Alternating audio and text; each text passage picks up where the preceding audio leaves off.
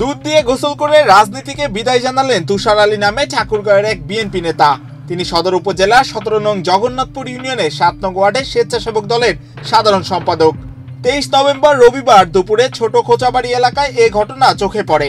অবহেলার শিকার হয়ে নিজের পদ সহ দল থেকে স্বেচ্ছায় পদত্যাগ করছেন এমন মন্তব্য করেন তিনি। 17 বছরের রাজনীতিতে দলকে সহযোগিতা করার পর সরকার পতনের পর তাকে মূল্যায়ন করা হয়নি বলে এমন সিদ্ধান্ত নিয়েছেন তিনি। তাই দুধ দিয়ে গোসল করে রাজনীতি থেকে বিদায় নিয়েছেন তুষার আলী। পদত্যাগ করলাম এই জন্য যে যারা ত্যাগী নেতা তাদের কোনো মূল্যায়ন নেই।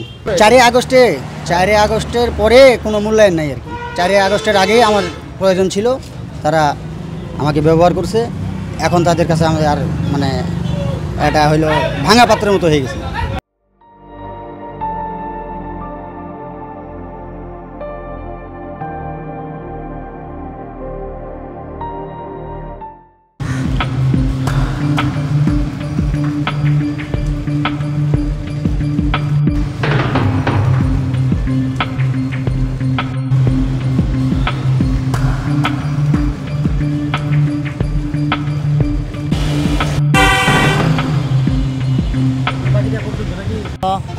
জানার চেষ্টা করব।